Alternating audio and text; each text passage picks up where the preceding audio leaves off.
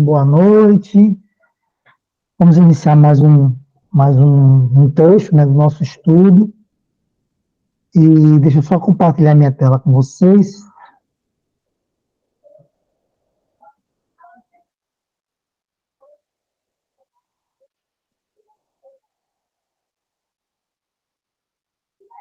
Pronto, estão vendo minha tela? Agora estão, né?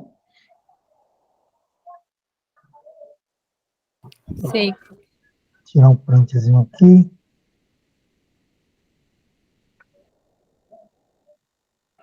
Bom, sejam todos bem-vindos. O Ezequiel entrou aí, seja bem-vindo, Ezequiel. E assim, lembrando, né, que é sempre prazer ter vocês aqui para a gente conversar, para a gente discutir. Não fiquem aí achando que isso é uma aula, né? Como eu sempre aviso, a gente está aqui para a gente ler juntos e a gente conversar sobre o texto, né? Então fique à vontade para a gente trazer suas questões, a gente conversar. E esse trecho, né, ele fala de uma parte muito interessante, que é a questão do corpo, né? Como o corpo ele é atravessado pela linguagem, e aí é muito, muito bacana essa parte.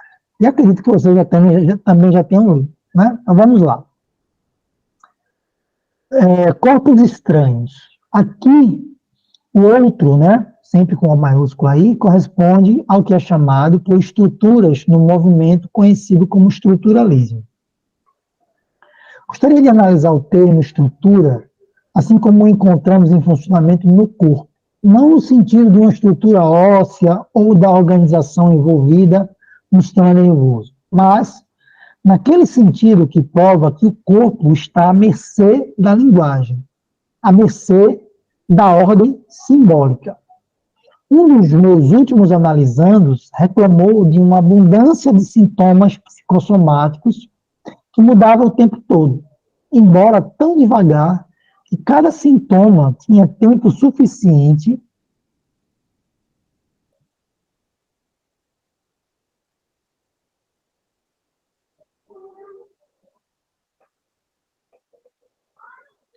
tinha tempo suficiente para fazer com que ficasse muito preocupado e fosse ao médico imediatamente. Em dado momento, vamos lá. Em dado momento, esse analisando ouviu um de seus amigos dizer que tivera de repente um caso agudo de apendicite, o que havia levado a uma operação de emergência. O analisando perguntou à sua esposa qual era o lado do corpo onde ficava o apendicite, e ela informou. Algum tempo depois, o analisando muito estranhamente, começou a sentir dores nesse mesmo lugar do corpo. As dores persistiram e o analisando ficou cada vez mais convencido de que o seu apêndice iria romper em breve. Por fim, decidiu ir ao médico. Quando o analisando mostrou ao médico o lugar da dor, este começou a rir e disse: mas o apêndice é do outro lado. O seu apêndice está na direita e não na esquerda. A dor sumiu de imediato.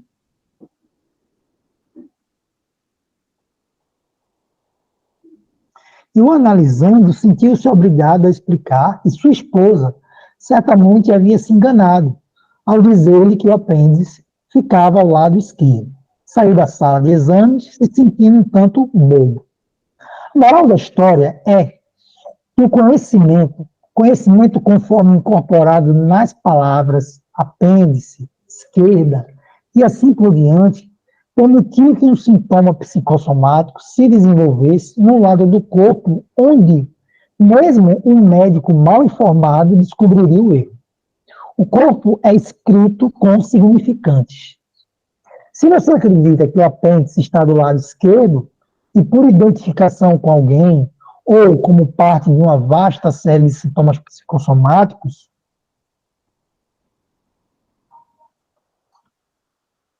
que são tão comuns hoje em dia como eram na Viena do século XIX, embora com frequência tomem formas diferentes, você acaba tendo uma apendicite. Vai doer não no órgão biológico, mas onde você acredita que o órgão esteja localizado. Bom, e aí, pessoal? Até aí tudo tranquilo? Até aí tudo bem? Algum comentário, alguma colocação que vocês gostariam de fazer?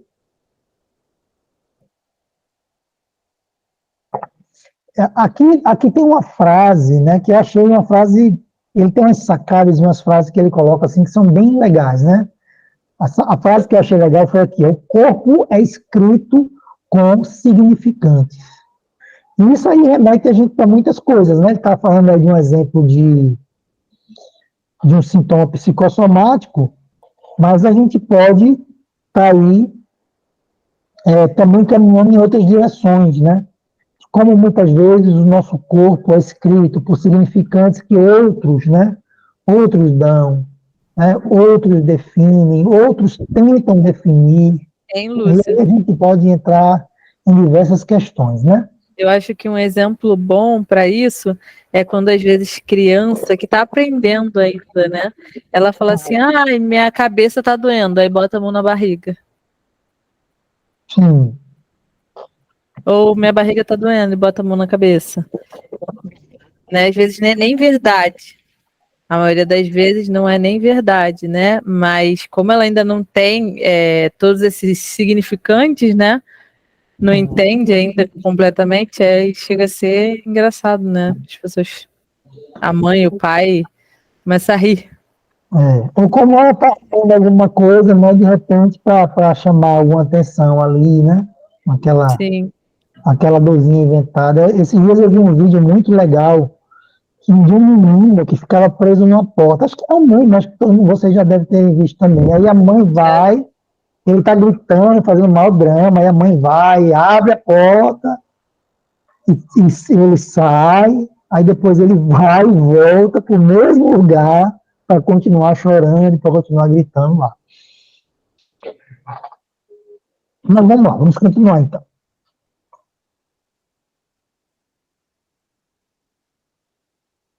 Muitas vezes, os analistas da geração de Freud relatavam casos de anestesia, entorpecimento ou insensibilidade em certas partes do corpo, que de uma maneira, aspecto ou forma regular, como a localização de uma extremidade nervosa específica localizada em certa parte do corpo, mas que claramente obedeciam às ideias populares sobre uma parte do corpo, como definido pela fala popular, começava e terminava. Enquanto um e o mesmo nervo podia fluir por todo o braço de uma pessoa até as pontas dos dedos, outros podiam não sentir absolutamente nada em um determinado ponto do braço. Ou podia sentir uma dor aguda, né, uma pseudoneuralgia nesse ponto, sem nenhuma razão de ordem fisiológica aparente. É possível que durante uma guerra, o pai dessa pessoa tivesse sido ferido por uma bala exatamente nesse ponto do braço. E seria possível imaginar que, quando a criança, a pessoa fora informada de forma equivocada sobre o braço em que seu pai foi ferido, e que a falta de sensibilidade ou dor aguda aparecesse no braço errado. Esses casos ilustram a ideia de que o corpo é escrito com significantes e é, portanto, estranho, o outro. A linguagem é cravada nos viventes. Para usar a expressão de Bergson, o corpo é sobrescrito, ou seja, superado pela linguagem. Freud nos mostra como a libido da criança perversa polimorfa é progressivamente canalizada para, desse modo, criando zonas erógenas específicas, oral, anal e genital, através da socialização e do controle dos esfíncteres, isto é, através de demandas expressas verbalmente, feitas à criança por seus pais e as figuras paternas, o corpo da criança é subordinado de forma progressiva a estas demandas.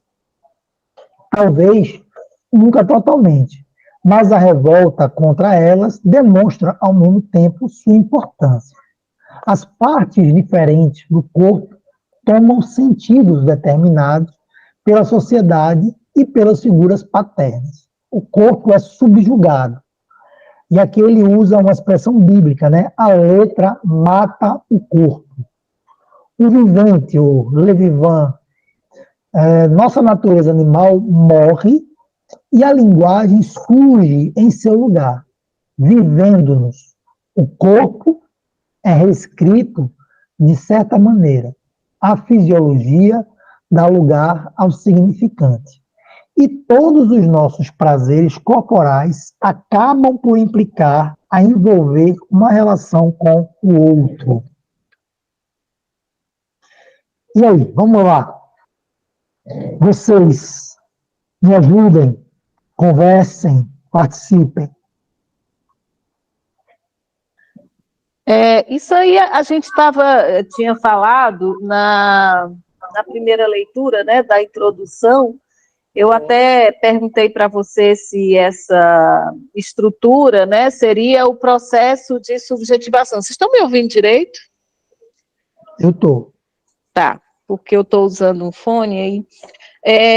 Mas você tinha até colocado para mim que não seria, né? Quer dizer, essa estrutura, né? Ela vem desse primeiro momento, né? Onde a criança ela recebe, né? Desse outro, né?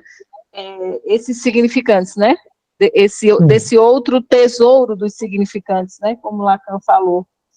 E a partir daí, né, é que ela vai poder, mais na frente, né, subjetivar isso aí e ver o que é dela, né? Exatamente. E aí é interessante como ele diz que a letra mata, né? A letra mata, quer dizer, na medida em que a linguagem entra em cena, né, aí marcando esse corpo, né? Não há mais o corpo carne, né? A letra mata esse corpo carne, não é mais só carne, né? Uhum. É interessante porque, assim, olha, eu vejo muito isso, né? Eu trago aqui sempre, eu sempre vou trazer aqui exemplos, né, de analisandos, de casos que a gente escuta na clínica, e eu acho sempre bom ilustrar, né? Eu botei aqui para aceitar automaticamente, mas eu acho que, deixa eu ver. Estou aceitando automaticamente, não tem por que a pessoa não entrar. Eu acho sempre interessante colocar aqui essa questão da clínica, né? Porque a gente vai enriquecendo aí. Eu tenho um exemplo muito claro disso, que é, por exemplo, um analisando que tem problemas com as suas relações sexuais, né?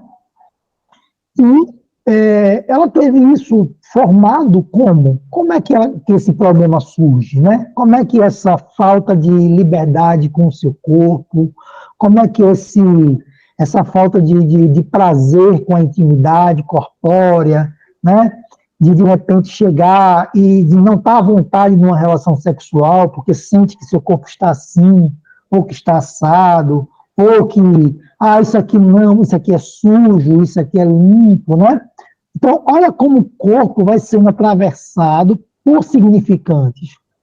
Então, essa pessoa teve uma criação onde a mãe é uma pessoa que teve muitos problemas sexuais, né, no seu relacionamento, e estabeleceu uma relação de rancor, né, de ódio com a figura masculina, né? Então, olha quanto essa mãe fala coisas, né, para a filha sobre, porque os homens não prestam, porque os homens são isso, porque isso é isso, né? Como ela começa a passar para a filha que o sexo é algo sujo, é algo nojento, e isso vai marcando esse corpo. Na hora que essa pessoa está numa situação de uma relação sexual, ela vai ser atravessada por esse significante, ou seja, o seu corpo vai responder da maneira que foi marcado por esses significantes, né? Então, eu não me sinto à vontade porque isso é sujo, porque isso aqui não é legal, eu não me sinto à vontade porque isso não é o certo é isso, o errado é isso. Então, são significantes que a pessoa vai recebendo e o seu corpo vai ter que se adequar a isso, né? Vai ter que se adequar a isso. Então, são muitas questões desse tipo, né? Às vezes são significantes em que opera no inconsciente, que não é consciente, né? Eu tive um analisando também, que teve um problema de uma paralisia gradual, uma questão nas pernas, que ele ia perdendo aos poucos, né? Um sintoma bem histérico, né? E a gente estava no processo de análise, no começo da análise, né? E os avós dele suspeitavam que ele estava envolvido com droga, inclusive com tráfico de drogas. No meio desse processo, ele acabou sendo preso, né? Por esse envolvimento do tráfico e foi para uma penitenciária, chegou aí para uma penitenciária. E olha como esse sintoma já trazia alguma coisa, né? Já trazia alguma coisa do significante, talvez, do caminho que ele estava percorrendo e tal. Então, já trazia uma coisa meio simbólica. E dessa forma, eu acredito que seja isso que Lucifim está colocando aqui, né?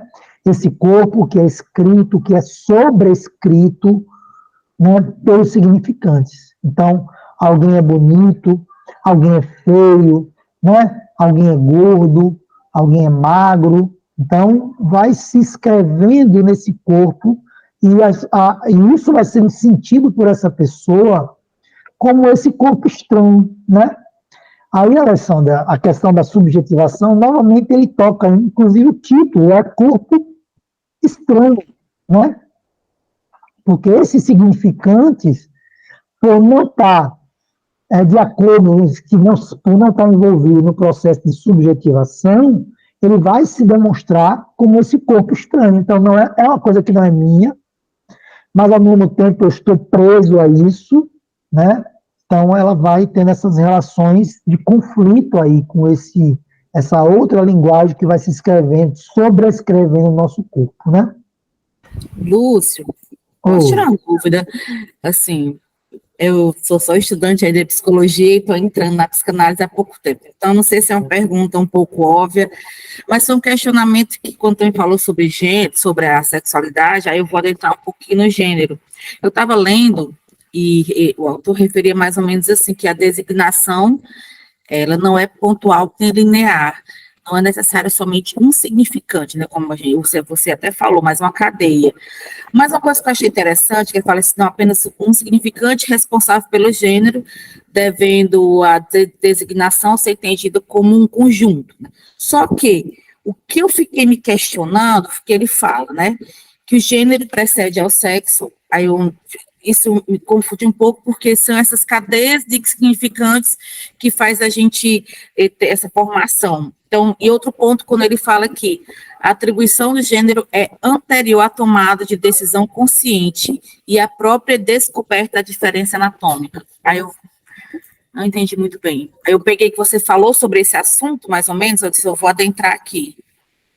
Esse está dentro do nosso texto, é isso que você colocou? Não está dentro do nosso texto. Mas como você está falando sobre sexualidade, aí vem essa questão do gênero, porque o gênero é uma construção, né? De uma cadeia de significantes, uma construção. Como é que ele pode vir antes do sexo? Assim, a construção do gênero, ela vem desde do que a pessoa nasce, né? Então, assim, o que vai sendo definido como meu gênero é exatamente os significantes que eu vou recebendo, né? Que eu vou recebendo a minha educação. Por exemplo, quando o menino nasce, qual é a primeira coisa que os pais fazem? Né? Existe ali, pelo menos anteriormente, né? Hoje isso está mudando um pouco, né? As pessoas mais esclarecidas, isso muda um pouco, mas antigamente você tinha uma enxurrada de significantes relativo ao masculino. Aí vai ser jogador, né? Eu já compro a camisa do time para ele já deu uma bola de presente. No próprio presente que as crianças dão, ela já vai se descobrindo, ela já vai se construindo essa questão do gênero, tá? Quando a gente fala de sexualidade, talvez ele se refira aí que o gênero vem antes do sexo, quando ele está falando de uma genitalidade. Porque a gente sabe que a genitalidade é um processo, é uma fase que só vem por último, né? É a última fase de construção, né? Mas antes até mesmo da escolha de objeto, até mesmo antes da escolha de objeto, esse corpo vai sendo marcado por vários significantes que os pais vão falando ali, né? Como o Luciano fala aqui, é a linguagem que nos é falada, né? O meu corpo vai sendo subjugado por isso. Então, tudo aquilo que foi sendo me dado como é o certo, né? Como porque o homem faz isso, o homem veste azul e a menina veste rosa, isso é toda essa construção de significantes que vai construindo a minha noção, porque o gênero é uma percepção de eu, né? Como eu me percebo. Né? Gênero não tem a ver com a questão biológica. Me corrija se eu estiver errado, tá? Então, gênero ele não tem a ver com a questão biológica. A gênero é uma percepção.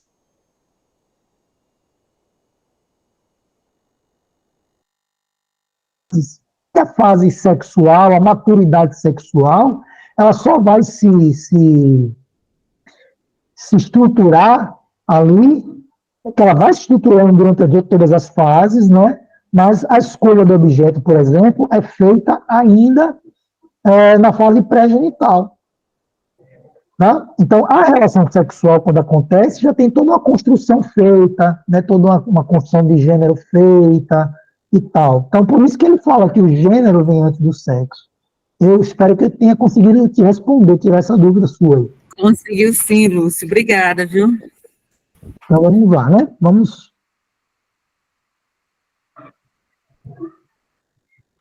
Dessa maneira, olha que eu acabei de falar sobre isso. Ó. Dessa maneira, nossos prazeres sexuais estão também intimamente ligados ao outro. Não necessariamente aos outros indivíduos, de fato. Existem muitas pessoas que sentem que são incapazes de ter relação íntima com outras pessoas. Essas outras pessoas constituem um pouco mais do que sustentáculos periféricos para suas fantasias, cenários e assim por diante, ou manifestações materiais dos tipos específicos de corpos que os excitam. Quando falamos em tipos, cenários ou fantasias de corpo, estamos falando sobre entidades estruturadas linguisticamente. Elas podem tomar a forma de imagem na mente de alguém, mas são, pelo menos em parte, controladas pelo significante e, portanto, ao menos potencialmente significantes e com sentido. Nos capítulos adiante, explicarei em profundidade por que as imagens e o imaginário em geral quase nunca funcionam independente dos símbolos nos falantes. Então, ele já está falando aqui, né, que essa questão da questão da imagem, né, ele vai explicar com mais profundidade nos capítulos adiante. Nossas próprias fantasias podem ser estranhas para nós, pois são estruturadas por uma linguagem que é apenas assintótica ou tangencialmente nossa, né? Ou seja, tangencialmente nossa é o seguinte: em alguns pontos ela pode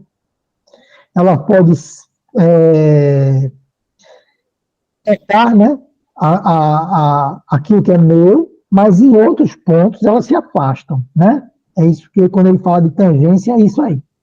No início, elas podem até ser fantasias de outras pessoas. Uma pessoa pode achar que tem uma fantasia que é, na realidade, a fantasia de sua mãe ou do seu pai.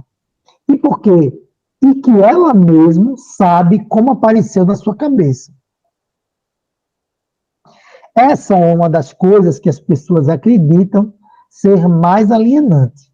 Mesmo as suas fantasias não parecem pertencer-lhes, né? Ou seja, até mesmo as questões de fantasias podem ser advindas, né, de outras pessoas. Então, até mesmo, será que as minhas fantasias elas são minhas mesmo? Será que elas são de outras? Será que essas fantasias elas querem, né, atender ao desejo de quem? Ao meu desejo ou ao desejo de um outro e tal? Lúcio, Oi. e aí vem também a questão dos ideais de eu, né? Isso, exatamente. Né? Que é meu, o que é meu e o que é do outro nesse ideal, né? Sim. O ideal do eu é a construção do superego, né? Um aspecto do superego. Vamos lembrar sempre que são dois aspectos do superego. O eu ideal, que é aquilo como eu imagino, né? Aquela forma como eu me vejo, eu sou bom, eu sou isso, eu sou aquilo, isso é o eu ideal. Ou o ideal do eu, que é quando eu estabeleço uma meta que é baseada externamente, ou seja, o meu pai é o meu ideal do eu, o meu professor passa a ser meu ideal do eu, né? Alguém com quem eu me identifico passa a ter esse papel, ou seja, são as influências das figuras de autoridade que vão constituindo essas estruturas superegóicas dentro de nós, né? Mas fiquem à vontade para... De todo, não desejo sugerir que elas necessariamente surgem na cabeça sem qualquer intervenção própria. Parece-me que não existe sintoma ou fantasia sem algum envolvimento subjetivo, olha aí. Em outras palavras, sem o sujeito estar de alguma forma comprometido, sem o sujeito influenciar de alguma forma o resultado. Conduzir o analisando até o ponto dele perceber a sua participação na escolha do sintoma é, com frequência, uma grande proeza. De fato, às vezes parece não haver nenhum envolvimento subjetivo em certos sintomas e fantasias anteriores à análise. A subjetivação somente é efetuada após o fato. Esse quebra-cabeça será discutido em profundidade no capítulo 5 e 6. Então, não deixem de vir. Né? Isso fica legal que ele prende a gente no texto dele, né? Ele já vai dizendo que algumas coisas ele vai aprofundar lá na frente, que a gente vai entender melhor lá na frente. E isso vale para vocês aqui. Não deixe de vir, né? Lembrando que é um grupo de estudo. Se não tiver ninguém aqui, eu não vou gravar vídeo sozinho para deixar para vocês, não. Só gravo se tiver pessoas aqui para a gente fazer o grupo, para a gente discutir, para a gente analisar, para a gente conversar, né? Porque esse é o objetivo. Lúcio, Oi. aí ele está falando aí, né? Ele falou, a subjetivação somente é efetuada após o fato. É aquela coisa do a posteriori, né? Quer dizer, você só entende depois é que você saca, né? Qual é a tua responsabilidade ali, né? O que é teu ali naquela fantasia, né?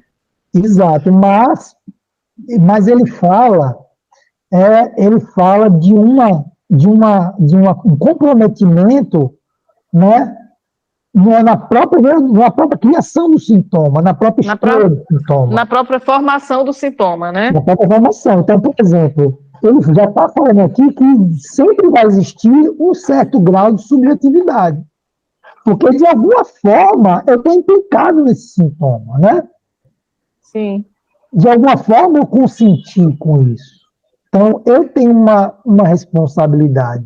Se eu consentir com isso, é porque, de alguma forma, em algum nível, isso se encaixou naquilo que a gente está chamando da cadeia de significantes, né? Então, por exemplo, os significantes vão se encaixando dentro de uma cadeia de significados que nós vamos construindo ao longo do nosso processo. Então, quando eu encaixo aquela peça, tem sempre ali um grau de subjetividade, né? Então, Sim. Existe um grauzinho ali de subjetividade que nos implica na formação desse sintoma. Entendeu? Sim, sim. Então, a gente vai ter uma subjetivação a posteriori, mas sempre vai ter um grau de subjetividade aí envolvido o que nos implica no sintoma, né?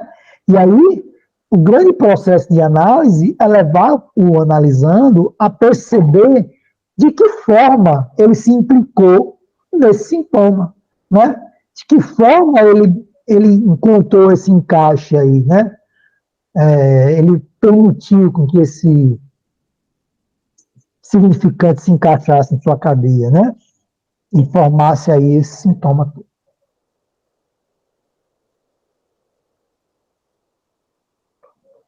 Já podemos começar a distinguir possíveis posições subjetivas diferentes, isto é, as estruturas clínicas diferentes, neurose, psicose e perversão, e suas subcategorias, por exemplo, a histeria, a obsessão, fobia, subneuroses, estão baseadas em relações diferentes com o outro. Na verdade, nos primeiros trabalhos de Lacan, o sujeito é essencialmente uma relação com a ordem simbólica, isto é, a postura que uma pessoa adota com relação ao outro como linguagem ou lei, uma vez que o outro, como concebido por Lacan, tem muitas faces ou avatares. Então, olha aí ele já definindo, né, o conceito de sujeito aí no trabalho de Lacan. Então, o sujeito, o que é o sujeito, né? Inicialmente para Lacan, é uma relação com a ordem simbólica, essa postura que uma pessoa adota com relação ao outro como linguagem ou como lei. O outro como linguagem, isto é, como um conjunto de todos os significantes. O outro como demanda. Então, ele está falando de quê aí, né? Ele está falando das muitas faces do outro, né? Então, ele está falando aí dos avatares.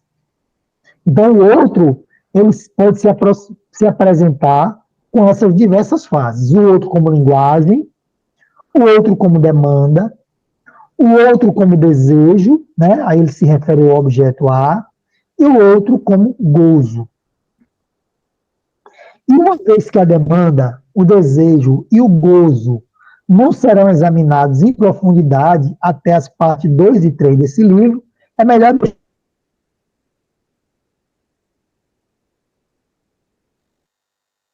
entender muito a isso, que a gente vai entendendo mais na frente, né? As diferentes faces do outro não deveriam ser vistas como separadas ou não relacionadas. Embora sua articulação seja uma tarefa complexa, não deve ser realizada nesta etapa. Farei agora um exame do funcionamento da linguagem no inconsciente.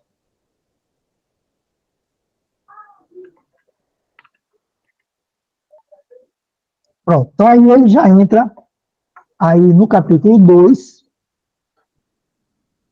onde ele vai analisar a natureza do pensamento inconsciente ou a outra parte, né? A outra parte pensa. Então, dessa forma, a gente conclui o capítulo 1, né? Vamos conversar um pouquinho, né, gente, sobre esse capítulo 1. Bora fechar aí as coisas que a gente viu nesse capítulo, bora fazer algumas amarrações. A gente tem um tempinho ainda até as 10, né? Eu acho interessante a gente fazer essas amarrações e próximo encontro, a gente já entra no capítulo 2. O que vocês estão achando? Me falem aí, sejam extremamente sinceros. Devem estar gostando, para ter voltado, né? Mas podem falar, me digam aí.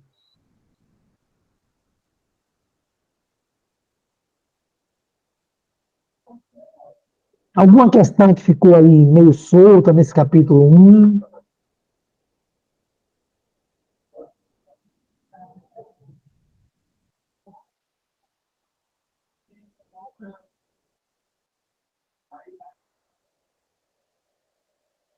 Fala aí, Cláudio, pode falar a sua opinião.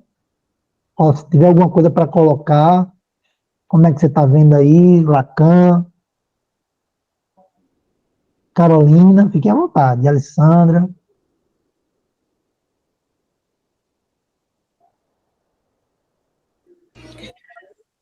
Ô, Fala Lúcio, aí. eu acho que tá fluindo bem, né? Uhum. Acho que tá fluindo bem, acho que tá interessante. A maneira como está sendo levada também tá legal. Né? Eu pelo menos que estou agora tendo meu primeiro contato com o Lacan, Uhum. eu acho que tá dando para entender. Eu acho que o Bruce Fink, ele quer, ele quer fazer a gente entender. Então, isso pelo menos é importante para mim. Então, bora rever aqui algumas coisas do capítulo 1, né? Então, o capítulo 1, ele está falando. Deixa eu tirar essa tela aqui para a gente ficar mais.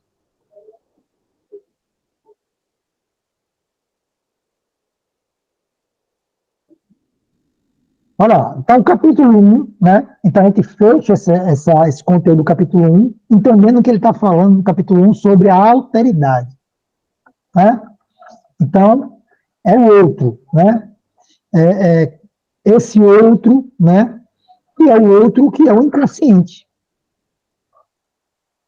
Então, quando ele fala desse outro, né, com O maiúsculo, ele está se referindo ao outro, um outro estranho, um outro que é estranho a mim, ao meu desejo, né? E ao outro, o inconsciente. Então, o inconsciente é definido por Lacan como esse outro aí, como esse estranho. Diferente de Freud, né, do que a gente pode perceber com a leitura em Freud, Lacan não vê o outro como um lugar, né? Ele não vê o outro como um lugar, como uma instância.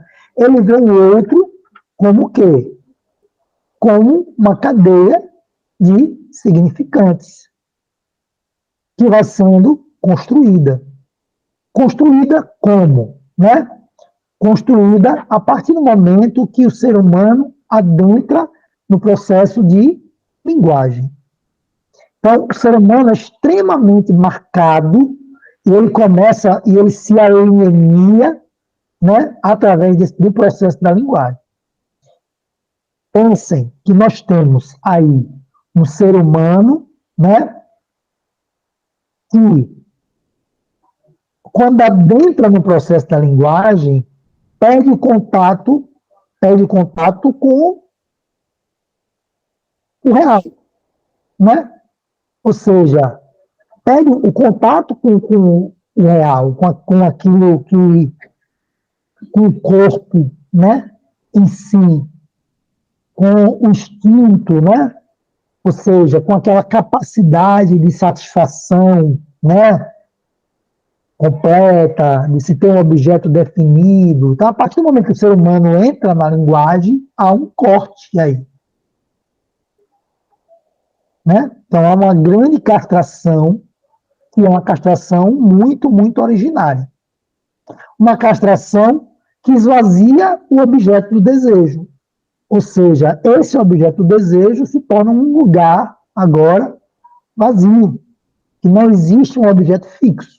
A partir do momento que ele adentra na linguagem, ele perde esse objeto fixo, que os animais, por exemplo, têm, né? E ele começa aí a lidar com um objeto que é chamado por Lacan de objeto A, que é o objeto causa do desejo. Ou seja, é sempre uma miragem que eu nunca vou alcançar esse objeto. Eu sempre vou arrodear esse objeto. Então, o meu desejo, ele não cansa. Ou seja, Lacan começa a dizer que o meu desejo, ele não atinge o objeto, ele não catequiza um objeto, né? É como se ele desse a volta. Então, ele vê, acha que é, chega ali, não foi o que eu achei que seria, né? Então, isso é extremamente marcado, né? Por quê? Porque ele entrou, né, no processo da linguagem. O processo da linguagem é o processo de alienação, onde ele vai se alienar a um discurso, a uma linguagem que não é dele. E aí, Bruce começa a explorar e a mostrar que aquilo que a gente chama de linguagem materna, né, não é a minha linguagem, é a língua da mãe, né? Então, a língua que me é ensinada. E eu preciso, então, pegar os meus desejos e colocar dentro dessa linguagem. Então, tudo, né, vai ser mediado por essa linguagem. Então, assim, o ser humano não pode mais sentir o desejo e ir lá e satisfazer. Não, ele precisa encaixar esse desejo dentro de uma caixa. Ele precisa limitar isso, precisa colocar isso dentro de uma linguagem. E aí que aparece o grande mal-estar, né, do ser humano. Ou seja, eu não tenho mais a plena satisfação. Eu preciso pegar o meu desejo e dar uma linguagem. Ou seja, eu preciso encontrar um símbolo que corresponda ao meu desejo. Só que o símbolo tem uma característica de escapar. Entende? É uma característica do símbolo, a característica de escapar. Ou seja, o símbolo é uma coisa que pode ser outra. E aí Lacan, ele assemelha isso ao processo da linguística, que ele chama de metonímia, que é o deslizamento do sentido através de uma cadeia. Então, isso pode ter um sentido, mas também pode ter outro, também pode ter outro, e também pode ter outro. Então, o ser humano é um ser que não tem nenhum significado fechado em si. Né? E eu vejo nisso uma grandeza tremenda, como o ser humano é imenso, como o ser humano é grande, como o ser humano é fantástico, né? Eu não preciso estar preso, e o problema que acontece ao ser humano é exatamente quando ele se prende em apenas um significado, quando ele se torna escravo de um significado. Eu tenho a liberdade de significar aquilo que me atravessa da forma que eu desejar. Deixa eu só ver antes de continuar aqui, né? Que eu vou me empolgando. Deixa eu ver que Cláudio fez uma afirmação aqui.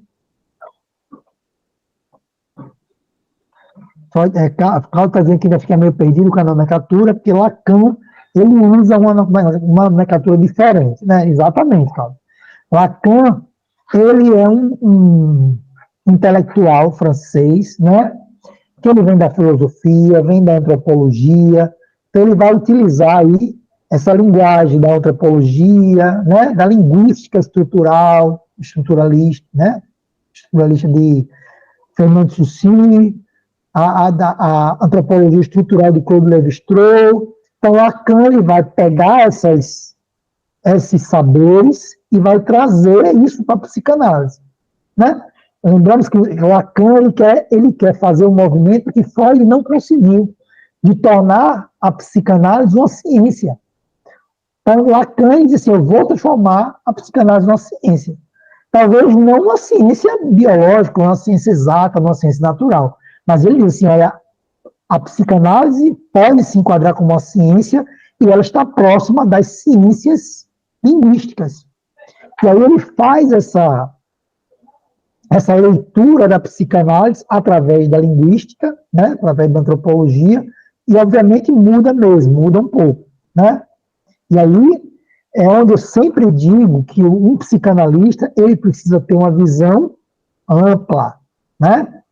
Então ele precisa passear pela antropologia, pela filosofia. Não dá para você ser psicanalista apenas aprendendo psicanálise. Não, tem que ter uma visão ampla, tem que ler várias coisas, né? E Lacan era esse cara que conversava com a arte, né? Ele conversava com Salvador Dalí, né? Com o surrealismo, ele conversava com a antropologia estruturalista, né? Então ele conversava com diversos saberes ali e trazia tudo isso nas suas colocações. Então Lacan é fantástico. Então, gente, como eu estava falando aqui, né? Fazendo meio que um resumo, né? Então, o ser humano, ele é livre, né? Como ele não tem esse objeto fixo, como ele não tem esse objeto determinado, o que é que ele pode, né? O que é que pode o ser humano? Ele se permitir, através de quê? Só que esse ser humano, né? Ele nasce dentro de uma estrutura mediada pelo quê? Por uma linguagem. Ele nasce dentro de um contexto. Ele nasce num grupo de pessoas que falam uma língua. E eu não estou me referindo apenas à língua portuguesa, ao inglês, não. Quando eu digo as pessoas que falam a língua, é a língua de crenças, né, de figuras simbólicas, dos meus símbolos, dos meus significantes. Então, eu vou fazer, quarta-feira, eu estou participando de um evento com o pessoal do Piauí, do grupo lacaniano, um núcleo de estudos lacanianos no Piauí, aqui em Teresina, e a gente vai fazer uma sessão de análise de filmes. E vocês estão convidadas, viu? Todos vocês estão convidados. No meu stories lá do Instagram, tem lá o link para vocês se inscreverem, é um evento gratuito, vocês podem se inscrever lá e podem participar. Então, e nessa análise de filme que a gente vai fazer, a gente vai ver exatamente isso, né? É um filme chamado Uma Ponte para a Terabitia, onde eu faço uma leitura da clínica psicanalítica a partir do filme, e a gente vai ver muitas questões desse tipo, né? Que apresenta dois personagens, né? E a gente vê como um está imerso no mundo de uma linguagem mais presa, né? Onde ele está ali preso a alguns símbolos, onde ele não tem liberdade para simbolizar, liberdade, não tem criatividade, né? Na realidade, o ser humano, ele é grandioso, ele é imenso, porque ele tem a possibilidade de criar, né? De criar as suas realidades, através de quê? Dos significantes que eu dou, né? As minhas questões, ao meu corpo, a forma como eu significo isso. E o problema do neurótico é exatamente isso, é que ele não se significa, é que ele é significado pelo outro, né? Ele recebe passivamente esses significantes do outro que prendem uma estrutura. Que estrutura é essa? A estrutura de linguagem. Está ficando mais simples aí essas divagações. Eu vou fazendo aqui umas divagações aqui e a coisa vai fluindo, né? Então, o ser humano fica preso a essa estrutura, né? A análise é exatamente o caminho para a liberdade de significar as suas questões. Ele perceber que todos esses significantes, o que são seus, na realidade muito pouca coisa, né? Mas ele perceber como é que foi se construindo suas cadeias de significantes, né? Como é que foi construindo através da linguagem dos meus pais, através das linguagens, né? E a gente viu que no comecinho, né, no prefácio dessa obra de Fink, ele tem uma frase que eu até acho que eu transformei isso numa postagem, que diz assim, ó: A alienação acontece quando nós somos falados por uma linguagem que funciona. Então, a alienação acontece quando nós somos falados por uma linguagem que funciona. Ou seja, quando alguém dá um significante, quando alguém encaixa a gente dentro de uma cadeia e nós aceitamos passivamente aquilo ali. Né? E nós aceitamos passivamente. E isso acontece muito. Né? Muitas pessoas, né, na nossa história social, por exemplo, né? Onde é que nós, muitas vezes, significamos o lugar da mulher? Né? Aquelas brincadeirinhas que dizem assim, o lugar de mulher é na cozinha. Né? Olha como a gente foi criado, né? Olha como o corpo da mulher vai sendo criado para corresponder a esses significantes que lhe é Olha como a mulher, né, como ela se encaixa nisso, e toda a sua vida muda quando ela se encaixa num significante. É como se ela se fechasse dentro de um dos universos possíveis, né? E a gente aqui entra agora com aquele conceito de multi-universo, né? Ou seja, olha como esse conceito da física quântica é interessante, e se encaixa com isso, né? A gente tem uma possibilidade infinitas de universos, mas a gente se deixa prender em um desses universos. E a gente fica ali preso. Então, quando eu me prendo a esse significante, toda a minha vida muda. Quando a mulher se deixa prender a esse significante machista, né, que por séculos elas foram presas e escravizadas, toda a vida muda. Ou seja, aquela mulher, ela não vai evoluir. Por quê? Porque ela entendeu que ela nasceu ali para ser o quê? Na cozinha, para cozinhar para alguém, para ser esposa de alguém, né? Olha como muitas vezes as mulheres vão se referir como fulana, esposa de fulano, né? Isso é um significante que é dado. Quando eu aceito isso, eu estou me implicando nessa situação. Eu estou me permitindo, né, me prender nesse universo aí limitado que as pessoas, né, que o desejo do outro me colocou. Olha como isso é sério, né? E o que é a análise? A análise é exatamente a análise né, facilita um pouco, né, Cláudia, que a gente vai trazendo essas questões. Então, a análise, ela é exatamente isso. É essa compreensão de como é que o meu inconsciente, né, que é uma cadeia de significantes, se estruturou, como é que eu me deixei, né, prender-me nessa estrutura linguística, né, como eu fui deixando me moldar, como o meu corpo, como o meu desejo foi moldado por isso, né? Então, como é que o que acontece? Né? E o caso das histéricas é exatamente isso, né? A histeria era algo que ultrapassava esse limite.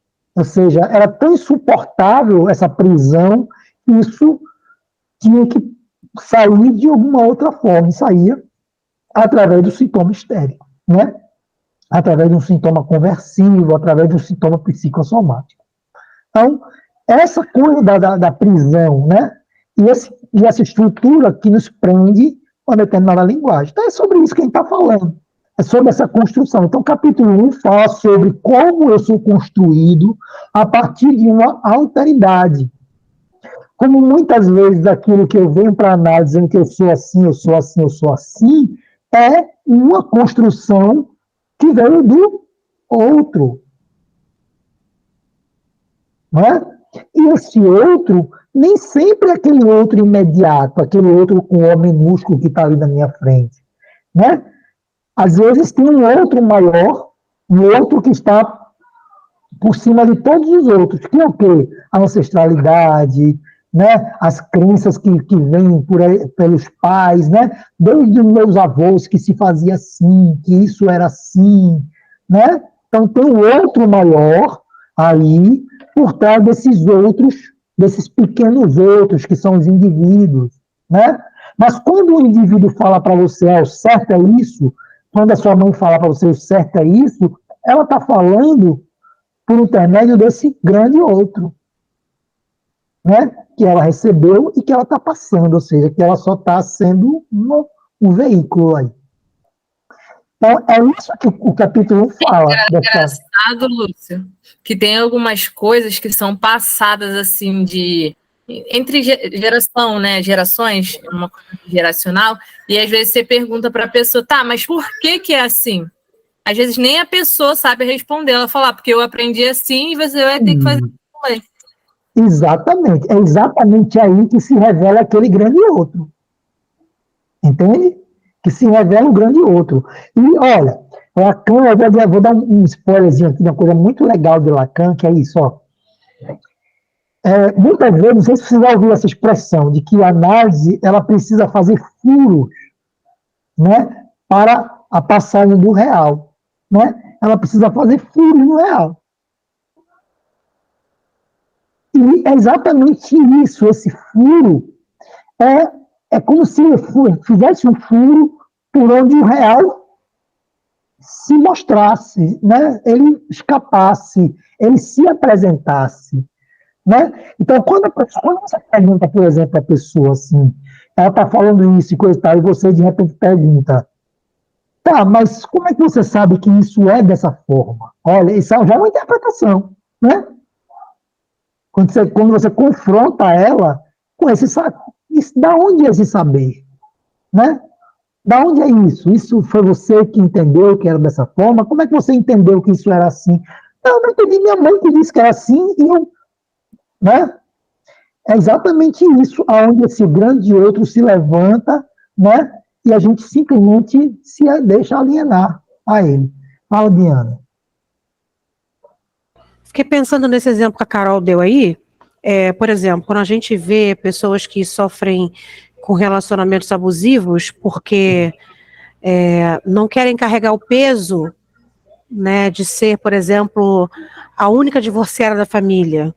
Às vezes uma mulher enfrenta casamentos aí abusivos durante anos, mas não quer ser a única divorciada em uma família cujos casamentos duraram 40, 50 anos, e aí dá aquela coisa da gente perguntar assim, né, mas quem é que te falou que isso é um casamento de verdade, ou que você precisa ficar nesse lugar de violência, de abuso, só porque todo mundo diz para você que é assim, que você precisa aguentar isso até o fim da sua vida? São questões que parecem assim ser distantes, né? Parece de um tempo mais passado, mas existem várias coisas relacionadas a isso que ainda perduram em pleno século XXI, né? Exatamente. E se a gente quiser ser mais lacaniano, a gente ainda encurta mais essa sua interpretação, né? A técnica lacaniana tem uma coisa interessante, que é a repetição. Sim. Né? Que é uma coisa que abre, por exemplo, quando você faz essa explicação, de alguma certa forma, você já está dando um sentido ali. Né? Você traz com essa interpretação um sentido, então você está doando, você não deixa de ser uma certa interferência. Né? Uma certa, eu diria, como é que fala uma certa direção, né? O certo é a ambivalência. Eu tenho uma palavra que eu dar aqui, a sugestão, né? Seria uma sugestão. Né? O certo é a ambivalência, né?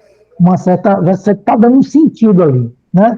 De repente, quando você repete, ela está falando ali, não, porque, por exemplo, minha mãe, né, sempre me dizia que, e aí você repete, por exemplo, assim, sua mãe, uma frase, né? Aí, de repente, em vez de você dar o sentido, você faz ela duvidar do que ela falou. Minha mãe. Se foi minha mãe que eu falei, aí ela já cria uma dúvida, né? Cria o que a gente chama de o equívoco, né? O que Lacan chama de equívoco. e que a construção acontece no equívoco, né? Quando você equivoca, quando você diz, é minha mãe. Ou não foi isso que eu falei outra coisa, né? Então, quando você faz isso, você, em vez de você estar dando, fechando ali num sentido, você está abrindo a possibilidade para vários outros sentidos. Aí ela pode imaginar várias coisas, né? E nessa imaginação várias coisas é que a gente tem uma associação, né? Sim, até porque essa pessoa já está vindo de um sentido único. Isso, E exatamente. no nosso caso aqui enquanto analista, seria apontar essa ambivalência de que nem sempre é um sentido apenas, e podem ser vários sentidos. Exatamente, exatamente, é exatamente isso. Então, é o que a gente essas colocações que vocês fazem aqui me demonstra que vocês estão entendendo aí o processo. É exatamente isso, né? Então, esse é o que diz o capítulo, que o eu, ele é formado, o eu, quando ele fala assim, o eu é um outro, agora você entende? Né? Quando a gente lê esse capítulo, agora quando a gente escuta esse axioma lacaniano, né, o eu é o outro, aí a gente entende. Né? Então a gente está entendendo agora porque o eu é o outro.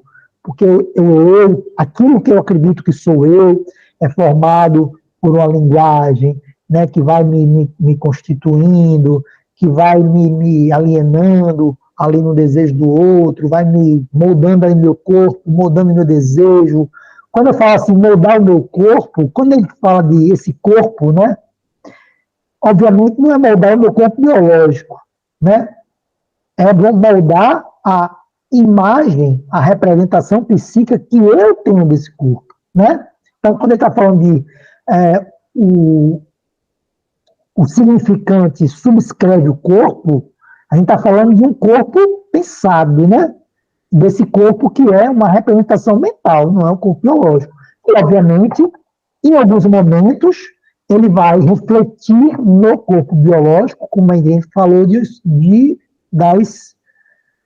dos sintomas psicossomáticos, mas o reflexo já é o resultado dessa subscrição do corpo mental, do corpo representacional.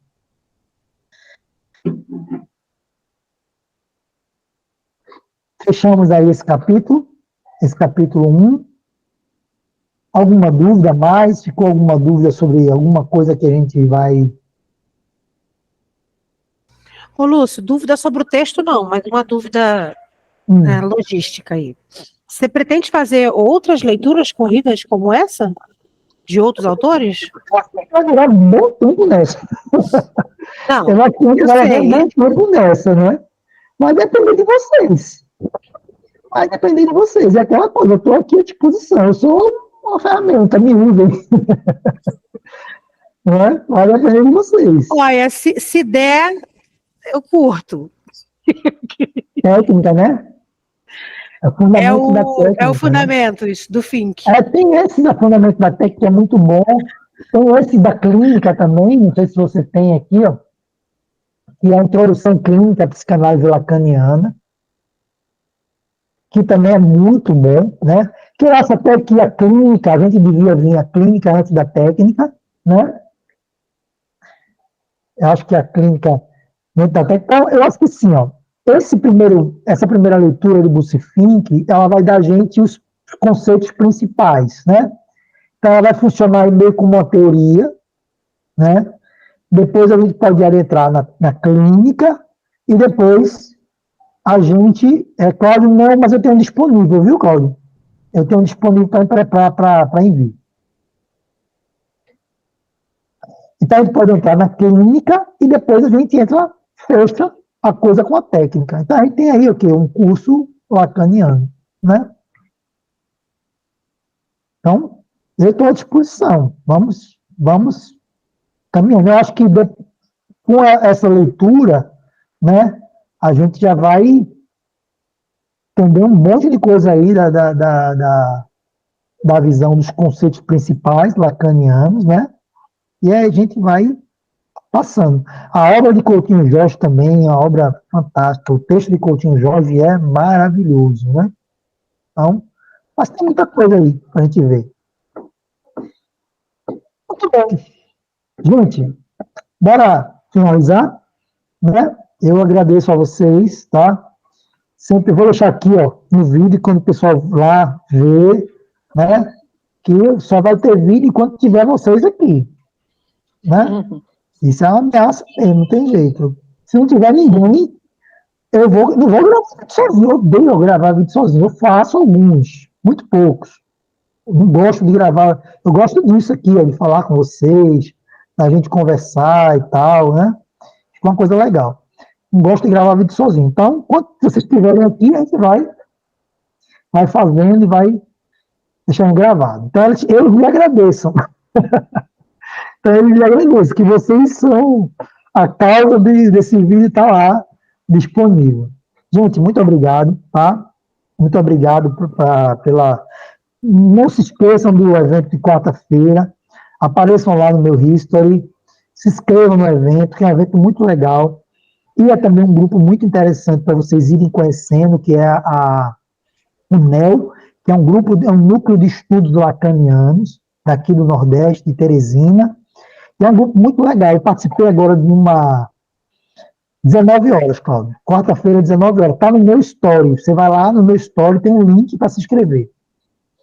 E eu participei de uma jornada com eles agora, né? Uma jornada que foi, inclusive, o Christian Dunker, né? Ele falou sobre a nossa jornada, né? Ele fez uma propaganda da jornada, né? E foi muito legal, assim. É uma jornada que está sendo um início, não é, desse caminho, desse caminhar da psicanálise aqui do Nordeste, que está começando a ter uma visualização maior. É um grupo muito interessante, eu vou estar com eles na quarta-feira, fazendo essa leitura do filme Uma Ponte para a Terabitia.